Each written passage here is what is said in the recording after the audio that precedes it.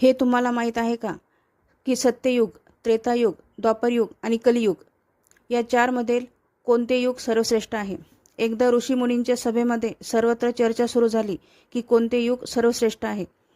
कोणी सांगितले हरिश्चंद्रांचे सत्ययुग, कोणी म्हणत होते रामचंद्रांचे त्रेतायुग, तर कोणी श्रीकृष्णांचे द्वापरयुग सर्वश्रेष्ठ आहे असे म्हणत होते. पण पापी लोकांचे कलियुग श्रेष्ठ आहे असे कोणीच म्हणत नव्हते. शेवटी सर्व ऋषी समस्येचं समाधान शोधण्यासाठी महर्षी वेदव्यासांकडे गेले. तेव्हा वेदव्यास गंगेमध्ये स्नान करत होते.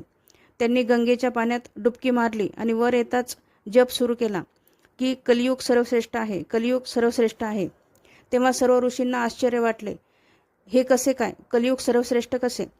तेव्हा वेदव्यासांनी सांगितले की सत्ययुगात 10 वर्षांच्या कठोर तपानंतर जे पुण्यफळ मिळते तेच पुण्यफळ त्रेतायुगात फक्त 1 वर्ष कठोर तप केल्यानंतर मिळते आणि तेच पुण्यफळ द्वापरयुगात 1 महिन्यांच्या कठोर तपानंतर मिळते. पण हेच पुण्यफळ कलियुगात मात्र फक्त परमेश्वराच्या नामजपाने म्हणजेच फक्त नामस्मरणाने मिळते. याच कारणामुळे कलियुग सर्वश्रेष्ठ ठरते आणि त्यामुळेच अनेक संत फक्त भक्तिभावाने नामस्मरण करत राहा असा सल्ला देतात.